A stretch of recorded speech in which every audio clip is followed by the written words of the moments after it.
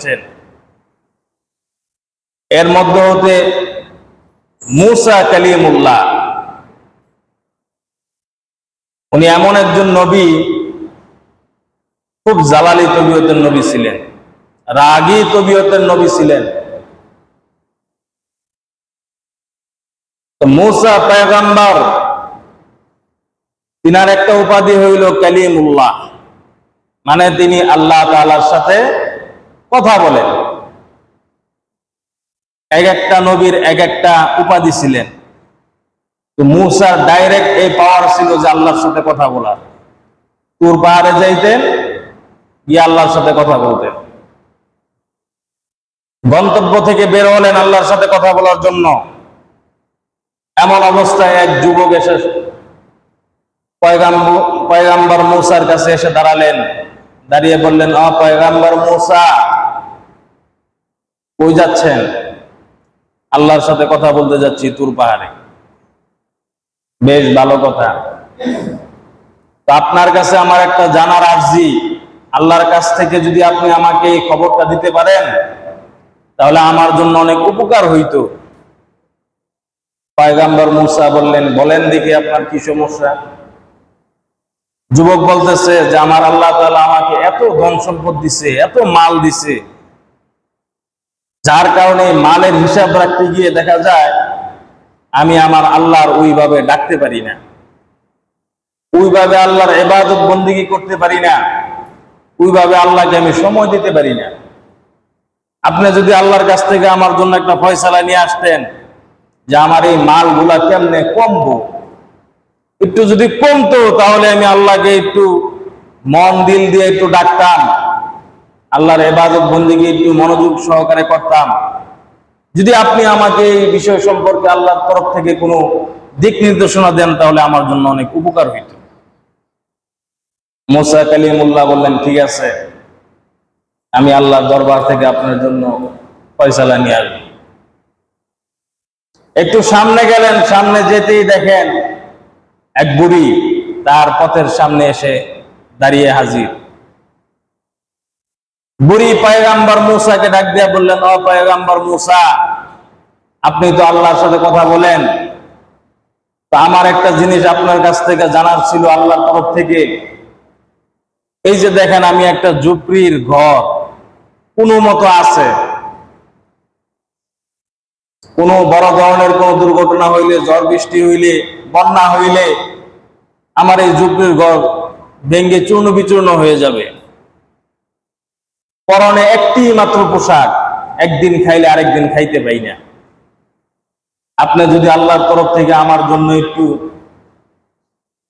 ভালো যেন একটু পরিবেশে আমি থাকতে পারি, ভালো পোশাক আদি যেন আমি পরতে পারি, ভালো যেন একটু খাইতে পারি, এই বিষয়ে যদি আল্লাহর তরফ থেকে আমার জন্য কোনো দিক নির্দেশনা নিয়ে আসতেন আমার জন্য অনেক উপকার হইত। পয়গম্বর মূসা তখন সামনে অগ্রসর হইলেন, বুড়িকে আশ্বস্ত করে গেলেন, ঠিক আছে, আমি আল্লাহর তরফ থেকে আপনার সম্পর্কে জানবো। একটু সামনে যখন অগ্রসর হলেন, পয়গম্বর মূসা এমন একটি বস্তুকে দেখতে পাইলেন যে বস্তুটির দুইটি হাত নাই, দুইটি পাও নাই, দুইটি চোখ নাই। এই অবস্থায় সে বস্তুটি মাটির মধ্যে শুয়ে আল্লাহ আল্লাহ আল্লাহ এরকম জিকির করতেছে। পয়গম্বর মূসা যখন তার সামনে দিয়ে অতিক্রম করবে, ওই অঙ্গ প্রত্যঙ্গহীন বস্তুটি বুঝতে পারলেন কালিমুল্লাহ, আল্লাহর পয়গম্বর আমার সামনে দিয়ে যাচ্ছে। ওই অঙ্গ প্রত্যঙ্গহীন বস্তুটি পয়গম্বর মূসাকে ডাক দিলেন, ও মূসা, আপনি তো আল্লাহর সাথে কথোপকথন করেন, তবে আপনার মাধ্যমে আল্লাহর কাছ থেকে আমার একটা জিনিস জানার ছিল। কারণ আমার আল্লাহ তাআলা পৃথিবীর মধ্যে এমন কোন বস্তু সৃষ্টি করেন নাই, এমন কোন জন্তু জানোয়ার সৃষ্টি করেন নাই যে আল্লাহ তাআলার কোনো না কোনো উদ্দেশ্য নাই, প্রত্যেককে সৃষ্টি করার পিছনে আমার আল্লাহ তাআলার কোনো না কোনো উদ্দেশ্য থাকে। তবে পয়গম্বর মূসা, আপনার কাছে আমার জানার বিষয়, আপনি আল্লাহকে জিজ্ঞাসা করবেন, আমি এই অঙ্গ প্রত্যঙ্গহীন বস্তুকে আমার আল্লাহ তাআলা কেন সৃষ্টি করেছে? যদি আপনি আমাকে এই খবরটা দিতে পারেন কি উদ্দেশ্যে আমার আল্লাহ আমাকে সৃষ্টি করেছে, তাহলে আমি মনের দিক থেকে খুব আনন্দিত হব, মনের দিক থেকে একটু প্রশান্তি পাবো। পয়গম্বর মূসা বললেন, আচ্ছা ঠিক আছে, আমি আপনার সম্পর্কে আল্লাহর তরফ থেকে জানবো। মূসা কালিমুল্লাহ যখন তুর পাহাড়ে গেলেন আল্লাহর সাথে কথা বলার জন্য, কথা যখন শেষ, এমন অবস্থায় আল্লাহর কাছ থেকে যখন মূসা ফিরে আসবেন, তখন আল্লাহ তাআলা মূসা পয়গম্বরকে ডাক দিয়ে বললেন, ও মূসা, তুমি কি কিছু ভুলে যাচ্ছ? পয়গম্বর মূসা বললেন, ও আল্লাহ, আমি আপনার সাথে কথোপকথন করার জন্য আমার গন্তব্য থেকে যখন বের হয়েছি, এমন অবস্থায় এক যুবকের সাথে সাক্ষাৎ। তার জানার আরজি হইল যে তাকে আপনি এত ধন সম্পদ দিছেন, এত মাল দিছেন, সে এই ধন সম্পদের হিসাব রাখতে গিয়ে দেখা যায় আপনার ওইভাবে ইবাদত বন্দেগী করতে পারে না, আপনাকে ওইভাবে ডাকতে পারে না। এখন যদি তার ধন সম্পদ কমার কোনো রাস্তা থাকে, ওইভাবে যদি আপনি আমাকে দিক নির্দেশনা দেন, আমি তাহলে ওই যুবককে জানিয়ে দিব। আল্লাহ তখন বললেন যে তার জন্য একটা ওষুধ, ওষুধটা হলো তাকে গিয়া বলবা সে যেন আমার না শুকরিয়া আদায় করে, তাহলে অটোমেটিক তার মাল কমতে থাকবে। 2 নম্বরে, এমন একজন বুড়ির সাথে আল্লাহ সাক্ষাৎ হয়েছে, যার একটি ঝুপড়ি, কোনো মতো সে সেখানে জীবন যাপন করছে, পরনে একটি পোশাক, একদিন খাইলে আরেক দিন খাইতে পায় না। আল্লাহ বললেন তার জন্য একটা ওষুধ, তারাই বলবা আমার বেশি বেশি শুকরিয়া আদায় করার জন্য।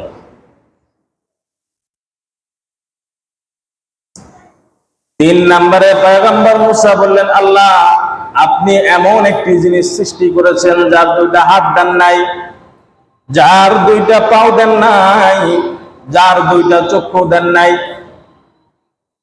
সে দেখলাম শুয়ে শুয়ে আপনার জিকির তাসবিহ তাহলিল পাঠ করতেছে। তার জানার আরজি, তাকে আপনি কেন সৃষ্টি করেছেন?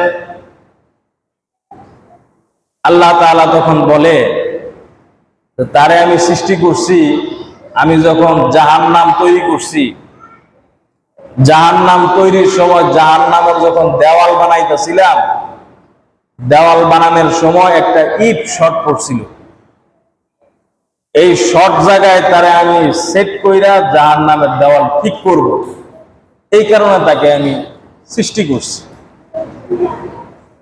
পয়গম্বর মূসা জালালি তবিয়তের নবী, মনে খুব কষ্ট, এই বস্তুকে দেখলাম আপনার জিকির আজকার করতেছে, আর আপনি তাকে জাহান্নামের দেওয়াল ঠিক করার জন্য সৃষ্টি করেছেন, কিভাবে তাকে গিয়ে এই খবরটা দিব? যাই হোক, মূসা কালিমুল্লাহ তুর পাহাড় থেকে যখন চলে আসেন, ওই যুবকের সাথে সাক্ষাৎ হওয়ার পরে যুবক বলল, ওহে মূসা, আপনি আল্লাহর তরফ থেকে আমার জন্য কি নিয়ে এসেছেন? পয়গম্বর মূসা বললেন যে আপনি এত ধন সম্পদের মালিক হয়েছেন, যার কারণে আপনি আর হিসাব রাখতে গিয়া ওইভাবে আল্লাহ তাআলার ইবাদত বন্দেগী করতে পারতেছেন না। আল্লাহর তরফ থেকে জানাই দেওয়া হয়েছে আমাকে, আপনি আল্লাহ তাআলার বেশি বেশি না শুকরিয়া আদায় করবেন, তাহলে আপনার ধন সম্পদ অটোমেটিক কমতে থাকবে। তখন ওই যুবক বলতেছে, এটা তো কসমিন কালো আমার দ্বারা সম্ভব না, যে আল্লাহ তাআলা আমাকে এত নিয়ামত দান করছে, এত ধন সম্পদ দান করছে, এত মান ইজ্জত, এত সম্মান আমাকে দান করছে, ওই মালিকের না শুকরিয়া আদায় করব, এত বড় গাদ্দারি ওই মালিকের সাথে আমি করতে পারি না। সে যদি এখন না শুকরিয়া আদায় না করে, তাহলে কি তার মাল কমবো? তার মাল বাড়তেই থাকবে। যখন বুড়ির সাথে পয়গম্বর মূসার সাক্ষাৎ, বুড়ি বললেন, ও পয়গম্বর মূসা, আপনি আল্লাহর তরফ থেকে কি নিয়ে এসেছেন আমার জন্য? পয়গম্বর মূসা বলেন যে তোমার যাই অবস্থা থাকুক, তুমি বেশি বেশি আল্লাহর শুকরিয়া আদায় করবা। বুড়ি এই কথা শুনে আরো না শুকরিয়া মানে নাক ছিটকানি দিল, যে কোনো মতে একটা ঝুপড়ির মধ্যে থাকতেছি, এক বেলা খাইলে আরেক বেলা খাইতে পাই না, একটা কাপড় পইরা জিন্দেগি যাপন করতেছি, কি আল্লাহর শুকরিয়া আদায় করবো? এই বুড়ির তো একটা ঘর তো ছিল, আর আজকে এই বন্যার মধ্যে দেখেন কত মানুষের ঘর বিলীন হয়ে গেছে। একতলা, দুইতলা, তিনতলা ঘর এই বন্যায় ডুবায় ফেলছে। এই বুড়ি তো একটা পোশাক ছিল, এমন অনেক মানুষ আছে এই বন্যার মধ্যে আর তার পোশাকই নাই, শেষ। এক বেলা খাইলে আরেক বেলা খাইতে পায় নাই। অথচ এই বন্যার মধ্যে যদি আপনি আমি তাকাই, দেখেন কত মানুষের এখন খাবারের সংকট দেখা দিচ্ছে। তো সে যখন অস্বীকৃতি জানাবো, আল্লাহর না শুকরিয়া আদায়, আল্লাহর শুকরিয়া আদায় করবে না, তখন তার মাল কি আর বাড়বো? তার আরো কমতেই থাকবে। যাও ছিল তাও আল্লাহ তুলে নিল। 3 নাম্বার, যখন ওই অঙ্গ প্রত্যঙ্গহীন ব্যক্তির কাছে গিয়ে উপনীত হলেন মূসা পয়গম্বর, তখন ওই অঙ্গহীন ব্যক্তিটি মূসাকে ডাক দিয়ে বললেন, ও পয়গম্বর মূসা, আপনি আমার আল্লাহর তরফ থেকে আমার জন্য কি জিনিস নিয়ে আসছেন বা কি খবর নিয়ে আসছেন, যে আল্লাহ তাআলা আমাকে কেন সৃষ্টি করছে? মূসা পয়গম্বর খুবই দ্বিধাদ্বন্দ্বের মধ্যে আছে, তাকে এই খবরটা কেমনে দিবে। তাকে আমার আল্লাহ তাআলা কেন সৃষ্টি করছে, যে একটা জায়গার মধ্যে তাকে সেট করব, এই খবরটা কিভাবে দিবে? মূসা পয়গম্বর বলতে চাচ্ছে না। এক পর্যায়ে সে অঙ্গ প্রত্যঙ্গহীন বস্তুটি জোরপূর্বক করে হলেও মূসার তরফ থেকে এটা বার করেই ছাড়লেন, যে পয়গম্বর মূসা, আমার আল্লাহর তরফ থেকে যেই খবরই আসুক আপনি আমাকে জানান, আমি শুনতে খুবই আগ্রহী। তখন পয়গম্বর মূসা বলতে বাধ্য হলেন যে আমার আল্লাহ তাআলা তো পৃথিবীতে কোনো বস্তু, কোনো জন্তু উদ্দেশ্যহীন বা উদ্দেশ্য ছাড়া কোনো জিনিস তৈরি করে নাই। সব জিনিস সৃষ্টির ক্ষেত্রে আল্লাহর একটা উদ্দেশ্য আছে, রহস্য আছে। তো তোমাকে সৃষ্টি করার পিছনে আল্লাহর একটা উদ্দেশ্য হলো যে আল্লাহ তাআলা যখন জাহান্নাম তৈরি করছে, জাহান্নাম তৈরিকালীন সময় যখন জাহান্নামের দেওয়াল সেট করতেছিল, তখন একটা ইট শর্ট করছে। ওই শর্ট জায়গায় তোমারে সেট করব, সেট করে জাহান্নামের দেওয়াল ঠিক করব। এই কথাটা শোনার সাথে সাথে ওই অঙ্গ প্রত্যঙ্গহীন ব্যক্তিটা বলে উঠলেন, আলহামদুলিল্লাহ, আল্লাহ তাআলার শুকরিয়া আদায় করলেন। মূসা আরো ক্ষিপ্ত হয়ে গেলেন, তোমার জাহান্নামের দেওয়াল ঠিক করার জন্য তৈরি করছে, ওই জায়গায় তোমার নিয়ে সেট করব, এখানে তুমি আলহামদুলিল্লাহ বলার মানেটা কি পাইলা? তখন অঙ্গ প্রত্যঙ্গহীন ব্যক্তিটি বলতেছে যে পয়গম্বর মূসা, পৃথিবীতে তো আল্লাহ তাআলা সবকিছুর সৃষ্টির একটা না একটা রহস্য আছে। আমি তো মনে করছিলাম আমার আল্লাহ আমাকে অনর্থকী বানাইছে, এমনিই বানাইছে, আমার দ্বারা মনে কোনো কাজ দিবেন না আমার আল্লাহ। কিন্তু যখনই শুনতে পারলাম যে না, আমার দ্বারা একটা কাজ আমার মালিক আমার থেকে নিবে, এই জন্য আল্লাহ তাআলার শুকরিয়া আদায় করছি।